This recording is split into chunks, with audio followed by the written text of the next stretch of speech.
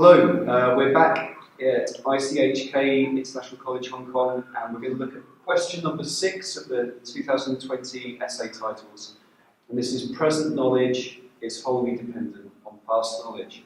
So in your TOK essays, you are asked to discuss the claim with reference to 2 areas of knowledge. We've got a number of different perspectives today, so joining me is Mr. Morgan, and he is a TOK teacher here at school, as well as an art-based. We're both language and literature teachers. And then Mr. Hall, TOK and history, but also human sciences, psychology, and Miss Lai, who is a science teacher. And across the room we've got economics, Mr. Clark's over there, Mr. Holden's at the back, with mathematics as well. Alright, so I might begin with my first reflections on this question in relation to art, is that I think the questions are often a little bit of a trap. They're asking you to go instinctively with a closed response down like one way, and I think that's always going to catch candidates out, because the essay assessment instrument tells you to look at claims and counterclaims. So present knowledge is wholly dependent on past knowledge. I'm going to look at this from picking up what I talked about yesterday with arts. And so I think when you see lots of artistic movements, they are often an imaginative, sometimes they're a rejection of the previous art movement. I've got a couple of images here, so if we look at the first image. So this is an example of realism, and I think realism kind of can fit into that classical model of you're trying to depict life as realistically and accurately as it possibly can be. And it's almost photorealism. That's a painting from the middle of the 19th century. The next one is Claude Monet. And Monet had a series of paintings rejected by the Royal Academy, or the Royal Academy of Fine Arts in Paris. But he and a group of innovative artists saw art in a different way, and I think what you're getting with Impressionism is not maybe a picture of a boat on the river as it actually is, but maybe the experience, the emotional experience of that. I think that the process of modernity, that commitment to science and technology as a way of understanding the world, which maybe led to like a kind of an arrogance and a rejection of faith systems that had gone before. I said in yesterday's talk that it could be like something that led the westernized nations to that period of that cataclysmic moment of the First World War. And if art can be a reflection of the societal values, I think that what we saw with classical architecture is reflections of that, the power and authority in very structured, rigid, hierarchical positions. Now, the final image is Marcel Duchamp's urinal, which he exhibited at the University of Fine Art at the Royal Academy. And I think that was a real, like, 2 fingers up at conventions, a rejection of cultural values. And so this completely, I think this is a completely different paradigm shift. And with this artwork came a manifesto as well. So if you would look at this question in relation to the arts, you could say that present knowledge can perhaps reject past knowledge, but how would an artist like Monet or Picasso know how to reject a form unless they were first masters of it? So that's my opening gambit on the arts. Now for the history, this is a very historical question, isn't it? Yeah, I was going to say that the element there of historical development in all areas of knowledge is important, that we see how the areas of knowledge develop. I suppose when I was thinking about this question, the idea of wholly dependent, as in you have to have past knowledge and to develop current and present knowledge, and wholly dependent is kind of that's a red flag. Is do we rely completely upon past knowledge to develop present knowledge? I'd say that, for example, a historian developing a theory regarding the development or the rise of Hitler's rise of power, for example, they are not going to be creating something in a vacuum, so they're going to be aware of those that have existed before, they're going to be aware of those things that have come before them, so they are going to be questioning or challenging those. I suppose that doesn't mean that you're dependent on it in that you use it positively. It might be in the case of art, which Mr. Rees has just said, that those former movements are destroyed or removed, and then you come up with a new theory, but you're still aware of that past knowledge. And I think that when we're talking about past knowledge, it's to avoid producing the same work again and again, but trying to move the discipline on forward, where you are aware of what's come before, you don't necessarily accept it as being the truth, but your knowledge is based on that understanding, both positively and negatively. I think as far as wholly dependent, I think in history you can arrive at a new interpretation and you can arrive at a new understanding of a particular event or period, but it doesn't. But the extent to which present knowledge is important in that, I suppose, varies, and I think it's probably the same in all aspects, that varies. I would say wholly dependent is probably problematic in that we don't rely on anything else. We rely on completely produced present knowledge. It is a difficult question, I think. The element of history within that, obviously past knowledge, historical in its terminology. I don't know, it's a difficult one. I was struggling to come up with a lot of really good counterpoints to this. Well, we don't need past knowledge at all. But even if you produce something without awareness of that past knowledge, at some point that's going to be called to the fore when you explore this new idea, concept that you have further. For example, you come up with a cold fusion device in science. Brilliant, this thing works, and then a bit more research, a bit more exploration of this idea, and you realise, well, actually, this has been done before, and it doesn't work.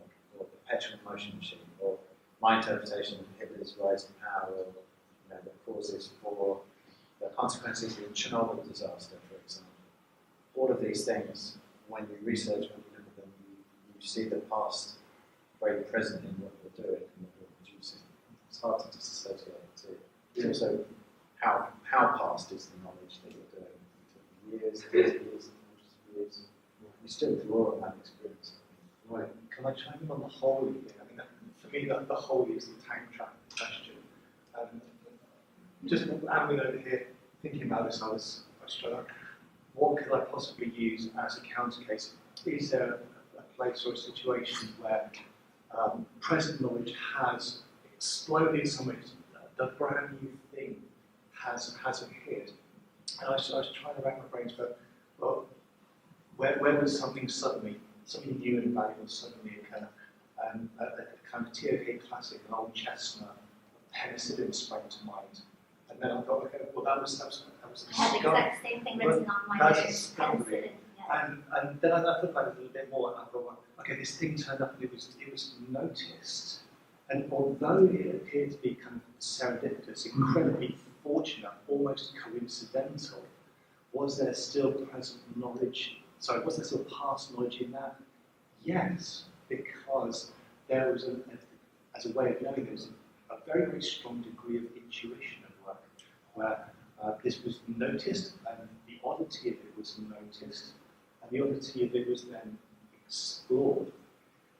So even when something seemingly fortunate and even haphazardous as knowledge occurs, the ability or the knowledge that is present within the knower to intuit that or to notice it or to recognise that is something that should be explored or questioned further draws on sort of deep sort of subconscious, unstated knowledge that informs intuition.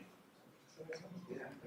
Well, I think that I went to a brilliant exhibition of Pablo Picasso's life. So I think he lived to about 90 years old. So there are about 100 pictures from his life. Now, his father was a professor of fine art at a university in Spain, I think Madrid. So at 14, Picasso could draw Renaissance-style masterpieces, like the incredible depiction of an armed priest capturing the fabric of the velvet, the wizened beard, captured in the light. Incredible.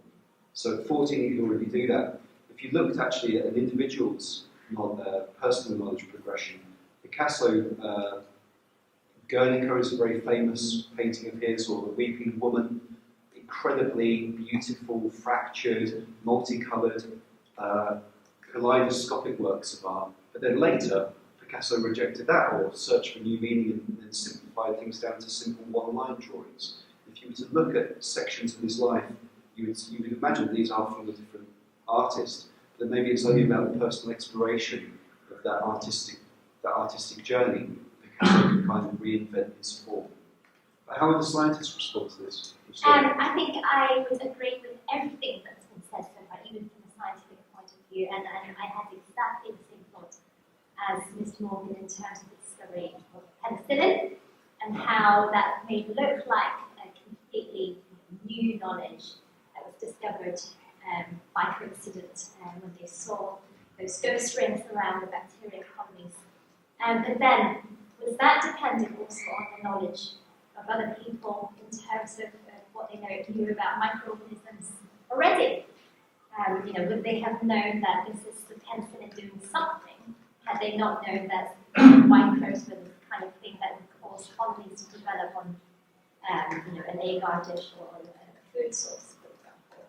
And I also then, as Mr. Morgan said, circled the word holy when I was making notes on this. From a scientific point of view, I think one could argue that the word holy there may not be as reflective of how science works as it appears to be, in that we do make in science a lot of new discoveries, but sometimes whether or not that new discovery is really wholly dependent on past knowledge is, I think, debatable. The atomic model is another example. The fact that we now know that atoms are made of protons, neutrons, and electrons came from past knowledge of atoms themselves, and then there was the Rutherford experiments with the gold foils and so on, which led to the proposal of the atomic structure. But then, with development of technology and so on, we now know that even protons and neutrons are not what we call fundamental particles. They can go smaller. They are physicists sitting in the room smiling and nodding. They're made of quarks. Okay, but again, that knowledge came from knowledge that we knew before from the original atomic model. Another example I've written here is models biologists for the cell membrane. So, yeah, nodding away there. And so we had models proposed originally for the structure of the plasma membrane of eukaryotic cells, with the idea that proteins should encase the whole membrane because of evidence that they saw from electron micrographs. But then from further experiments, they actually rejected that model, and here comes the fluid mosaic model that we have today. And so, yes, I can completely agree with all of your points there in that this question is a difficult one. In particular, it's difficult because of the word holy there. I think that in this question, we can also refer back to Mr. Edwards, who was talking about physics yesterday and the relationship of Newtonian to Einsteinian physics and the understanding of the world. So, yeah, that could be a good point to go back to. Now, over there is Mr. Clark speaking. I think I was thinking along the same lines as what you've heard some of the other people say. I was trying to think of something where it wouldn't be dependent at all. The closest I could come up with was something like the idea of an old Earth, that the Earth is billions rather than thousands of years old. That the kind of knowledge and the kind of insights that led to that, from fossils to plate tectonics, really didn't depend that much on what had gone before. I don't think you can do anything that's wholly independent, it just appears. But if you look at the antecedent of that being something like biblical creationism, the Earth is a few thousand years old. You could make an argument, I think, but it didn't flow from that. It just destroyed it. There wasn't anything where it was ripping off it. And I think with the different areas of knowledge, in the arts of any kind, whether it's literature or music and anything else, things rip off each other. We use that term, a musical term, it rips off something. If you look at some of these, I don't even say very much meaningful about that unless you know when it was, where it was, who was it responding to, who was it trying to annoy, and when it was made. Whereas, going back to what we were talking about yesterday, physics and Newtonian understanding of physics, you could just ditch, as a teacher, the whole Newton thing. We could start teaching in science just relativistic physics. We ditch the whole Newton thing, I think. I mean, it'd be really hard, but, which is why we don't do it. But you could, you wouldn't really need it to understand it. And I think if you look about responding to it and teaching it, in terms of whether you need the knowledge of the past and how dependent it is, it really isn't a variable of the subject area. So I think in art it's really independent because it's almost always a response to something that's gone before. Whereas in sciences it might be a development of something that's gone before. Or it may be that it's something that new observations, new insights really mean what we were doing is not that much dependent on. If you think about trying to teach it, could you teach something without teaching what had gone before it? Could you just start and do it in that way? So I didn't like it when I first looked at it, but I think it's a better question than I first thought. I think if you bring in the knowledge, it's the areas of knowledge, I think it was a little bit better. I'm still racking my brains to try and find a counter case for my own subject area. I've been thinking about what would be the literary equivalent to the modernity of the Orion. I'm thinking about Ulysses, James Joyce, which challenged the structure of language. I'm also thinking about William Burroughs' The Naked Lunch, which I read forwards and backwards in alternating chapters, and it doesn't make a whole lot of sense either way. And Burroughs stated this. He set out, we fully intend to destroy all dogmatic verbal systems. He wanted to try and break language, reform it, and make it anew and write it in his own way. Joyce did very, very similar things. But in order to try and do that, he still used language. It was a distorted, difficult, more awkward form, but it was still language itself. And I think even with art, like the visual arts and the literature, the materials, the fabric with which we make these subjects cannot be broken. They have to remain in a way used consistently and in a way that can still communicate something. So when we look at the movements that arise from opposition of established knowledge, even that opposition is kind of founded in the raw material, the stuff and the knowledge that it opposes. I think in science, if you are interested in looking at this from the science point of view as an area of knowledge, I connected directly to some quite nice examples where you may be able to find some counter-arguments for this. Is the cell theory, the biologist's honest view, the history of the cell theory, the idea that cells originally were actually called animalcules, and that was solely really based on observations that were made under a microscope. Now, I think one could argue that you need to have knowledge of the microscope itself in order to see that. But I guess the cell theory itself came from us not knowing really anything about those. Another area which you could look into, and I would recommend that you watch a really good documentary by the BBC on it, is the discovery of the periodic table, and the work of Dimitri Mendeleev and other scientists in that era in terms of how the periodic table came about. So you might be able to find some examples there where it's, I guess, less dependent on past knowledge. And we're nearly out of time, so maybe some closing remarks. For me, the question of present knowledge, if you think of the present knowledge as being an act of creation, as creativity, then the question is, I suppose, related to, is it possible to think about something that you don't know? Clearly, you have to have something to think about. So the example of penicillin was based on the knowledge that Fleming had about, how that thing, you saw it, well, that's significant, that's important, because he had prior knowledge, he had past knowledge about what to look for. And artists they might seek to break down, like Joyce, like Burroughs, like Kessler, they break down things, but they come from a place of knowledge about the conventions and the confines of that particular area of knowledge. We have this past knowledge, and you become proficient in it, you create your present knowledge either through a knowledge of what's come before, or there's an act of spontaneous creativity, even with cell theory, even with the idea that Earth is billions of years old. There was the decay rate of this thing puts this way further back.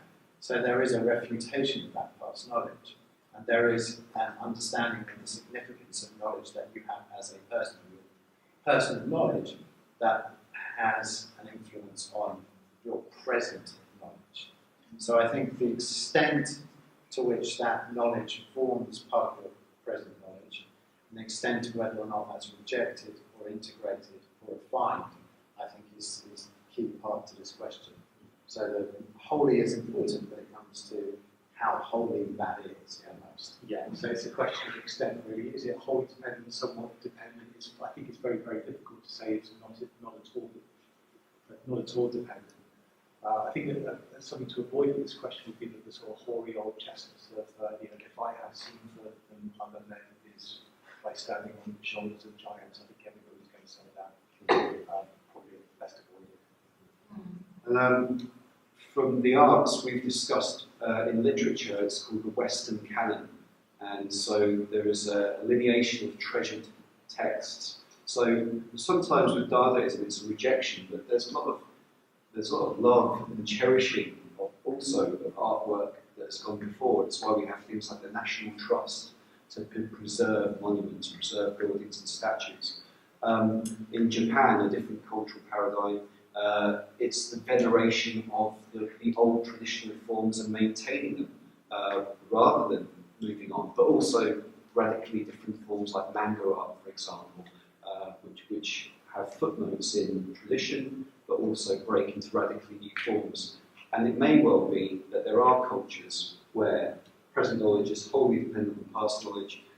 With indigenous cultures that don't have language, a lot of it is passed down through the oral tradition, so it is mainly wholly dependent on past knowledge. And there could be other cultures where art is venerated because it's radically new and different.